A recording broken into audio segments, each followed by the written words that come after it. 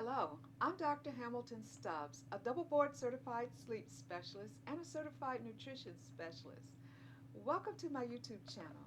On this channel, I like to talk about sleep and food and how the two interact with each other. On this video, I want to talk about racing thoughts that keep you awake at night. If you haven't already subscribed to this channel, then hit that subscription button and don't forget to select notifications so you'll know when I upload another video. I like to thank you for joining me, and I hope this information is helpful. If you find something useful, give me a thumbs up and don't forget to share. So when we have racing thoughts, they sort of come to us as a surprise because during the day we're not worried about these things.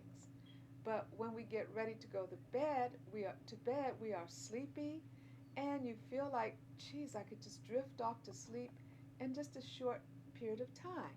But what you find is you're in bed maybe for 20 minutes or more, and your thoughts keep running through your head. Things that happened during the day, things that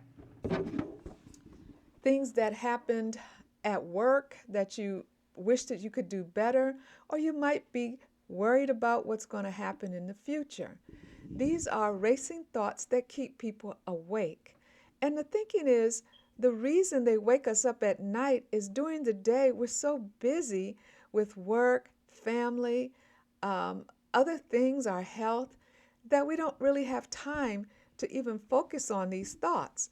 But once we lay down and it gets quiet, we have less distractions. So things that would be bothering us during the day if we weren't so darn busy seem to bother us at night when it's time to rest.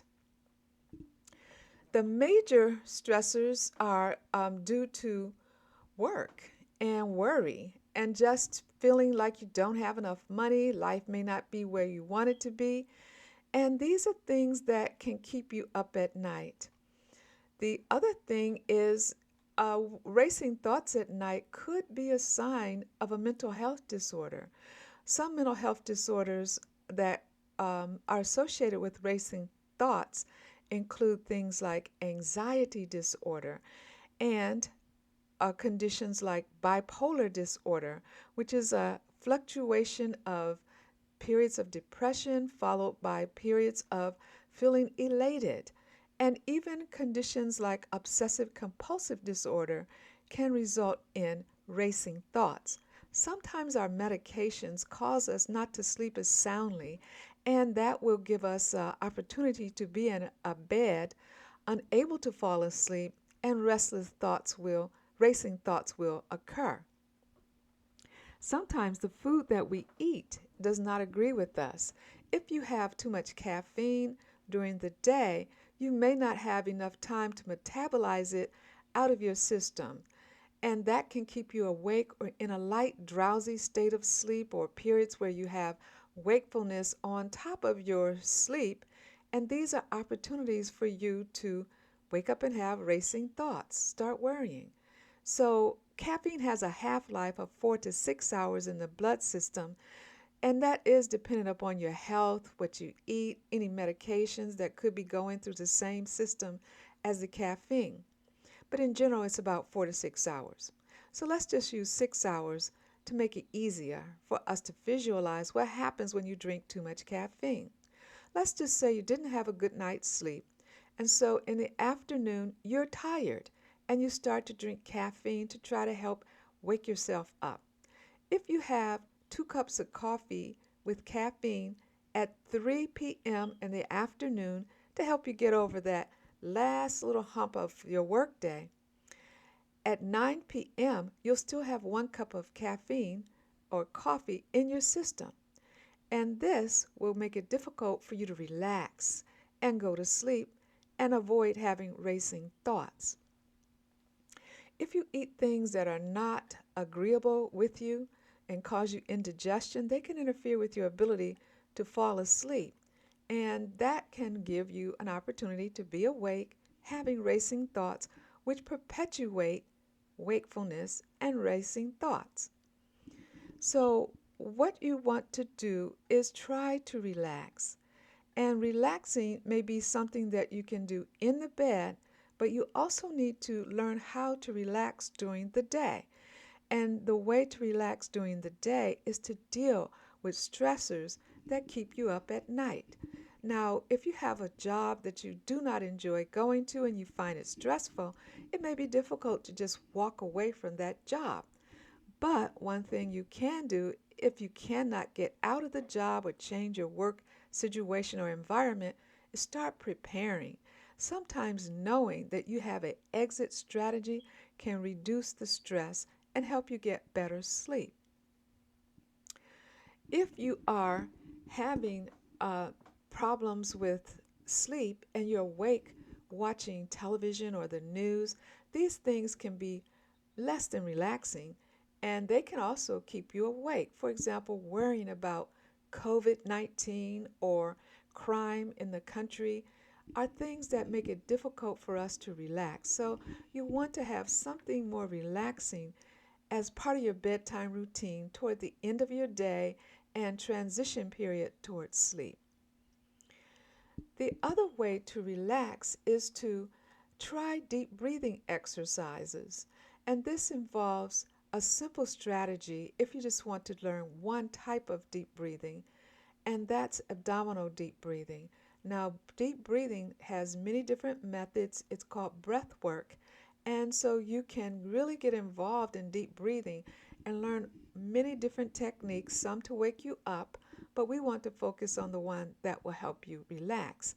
When you take a deep breath, you would inhale for about 7 seconds, hold the breath for about 4 seconds, and then exhale for a count of 8 seconds. And when you hold for 4 seconds, I like to say, "Thank you, Jesus." That counts out to four. And the reason is sometimes when you are deep breathing, it's difficult to stay focused on the breath.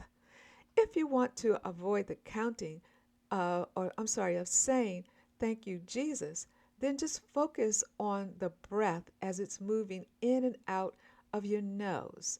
You want to breathe in through your nose. You can breathe out through your mouth.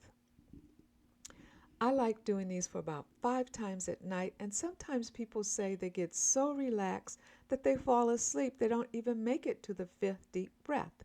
Now, there are some contraindications to deep breathing, and this video is for information only and not medical advice.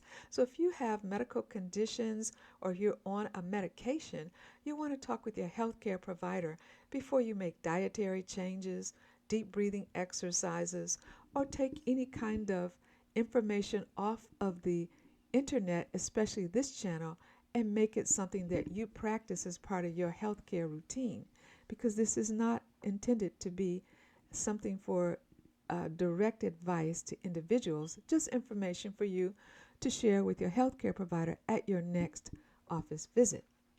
You can also do things like progressive muscle relaxation. This is where you tighten up the muscles, hold it for a count of 10, and then you relax and release the muscle gradually.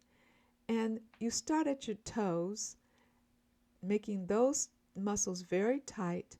Then you'll make your calf muscles very tight, relax those, and then make your thigh muscles very tight, relax those. Make your abdominal muscles very tight, then you relax those. Then you can go to your fingers, your arms, your shoulders, like that. And sometimes that just feels good to do that during the day. And then you can tighten up your facial muscles and relax those. And this is progressive muscle relaxation. It has been shown to help people relax and fall asleep easier. So when you are having problems with racing thoughts, don't try to get up and write them down or write a plan in the middle of the night.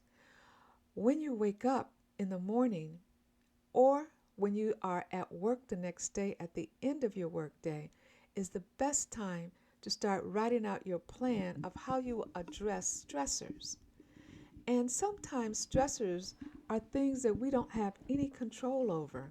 And those are the things that I believe we have to learn to release and turn them over to a higher being. Now, I'm a Christian, I practice Christianity, so I turn things over to my higher being, which I call God. You may have some other higher being or term that you use for the higher being that you want to turn your struggles, your worries over to. And I like to tell Christians that when you are in the bed and these thoughts come to you, just say stop and turn it over to God. And tell yourself in the morning, if you still want them, you can always pick them back up and start worrying again, or you can choose to just not even deal with them or try to deal with them in a constructive way other than bedtime. Sometimes professional help or just a counselor can help you sort through some things that are stressing you out. And in my experience, there's three things that stress people out at night: family, finances, and our job. And now that we've been in the pandemic for so long, COVID-19 is also taking a toll on our mental health and could be interfering with your ability to relax and avoid racing thoughts. So I hope this has been helpful to you. I've given you some tips on how to handle those racing thoughts, and hopefully you get a better night's sleep for it. If it's been helpful, give me a thumbs up. Don't forget to share, and I'll see you next time on Dr. Hamilton Stubbs' Sleep and Total Wellness Institute YouTube channel.